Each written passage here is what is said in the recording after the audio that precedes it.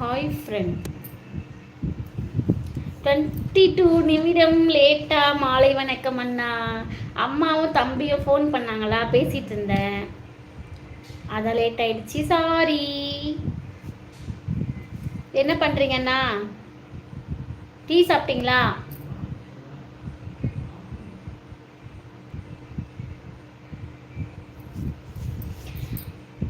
அண்ணா இன்னைக்கு தீம் யோசிக்கவே இல்லை.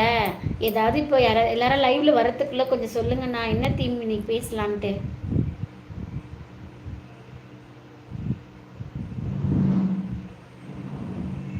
எனக்கு தலைவலி இன்னைக்கு, அதனால எதுவுமே யோசிக்க முடியல. யோசிச்சாலும் இன்னும் பயங்கரமா தலைவலிக்குது.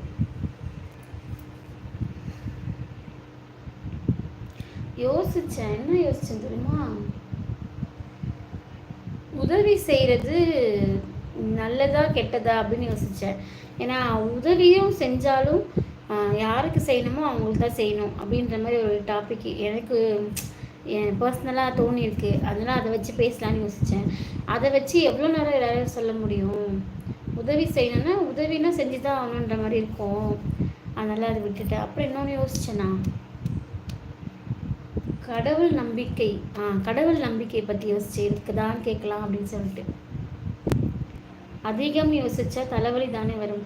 நான் பயங்கரமாக யோசிப்பேன்னா எனக்கு என்ன சொல்கிறது, சின்ன விஷயம்னா கூட எனக்கு நான் அந்த மைண்டை மாற்றி அதுலேருந்து வெளியே வரணும்னு நினைப்பேன். ஆனால் என்னால் முடியாது. அந்த வேறு இதெல்லாம் வரலான்னு சொல்லிட்டு அதில் விஷயத்துலேருந்து தவறி வருவேன். திரும்பவும் மறுபடியும் எனக்கு எதை சுற்றினாலும் திருப்பி அந்த விஷயம் தான் மைண்டில் வந்து நிற்கும். அன்னைக்கு ஃபுல் டே ஏதாவது ஒரு சின்ன விஷயம், காலையில் ஏதாவது அப்செட் ஆச்சுன்னா அது சாயந்தரம் வரைக்கும் நைட்டு வரைக்கும் அதே தான் என் மைண்டில் இருக்கும். அது இன்னமும் என்னால் மாற்றிக்கவே முடியல. அந்த ஒரு விஷயத்த மட்டும் என்னால் மாற்றிக்கவே முடியல.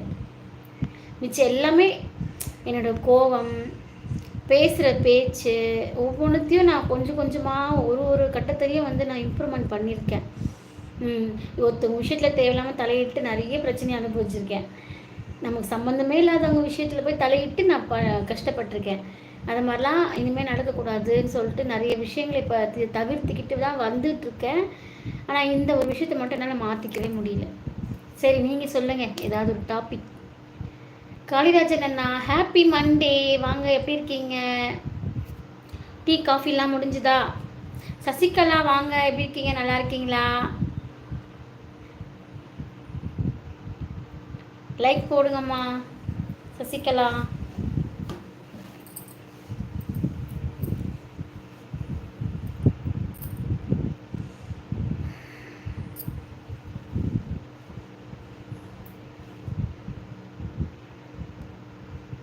ஜெகநாதன் நடராஜன் அண்ணா வாங்க. ஹாய் வணக்கம் மேடம். லைக் 3. தேங்க்யூ அண்ணா.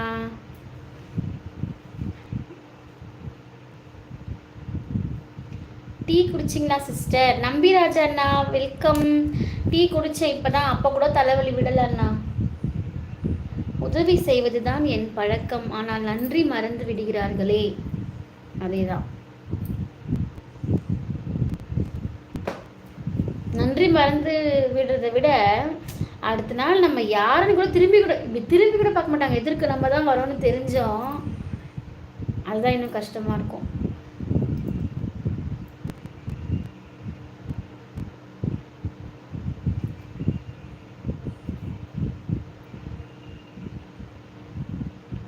நான் ரீசெண்டாக ஒருத்தவங்க ஹெல்ப் பண்ணணும்னு போய் பெரிய ப்ராப்ளத்தை ஃபேஸ் பண்ணேன். அதனால் ரொம்ப மன உளைச்சலுக்கு ஆளானேன்.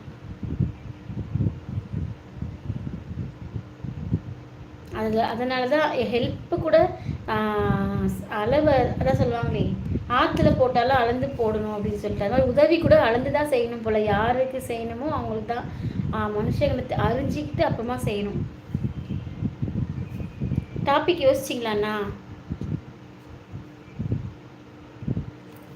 தலையை அசைக்கவே முடியல, வலிக்குது. காலையில் பனியில் போகிறது தான் ஒத்துக்கலன்னு நினைக்கிறேன். 5:30 மணிக்கு போவேன். பனி பயங்கரமாக இருக்குது. இப்போது இன்னும் கார்த்திகை முடியவே இல்லை, மார்கழியே வரலை, அதுக்குள்ளேயே பனி அதிகமாகிடுச்சு. எதிரியாக இருந்தால் கூட என் உதவி தேவைப்பட்டால் கண்டிப்பாக செய்வேன். சூப்பர் அண்ணா, உங்கள் மனசு யாருக்கு வரும்?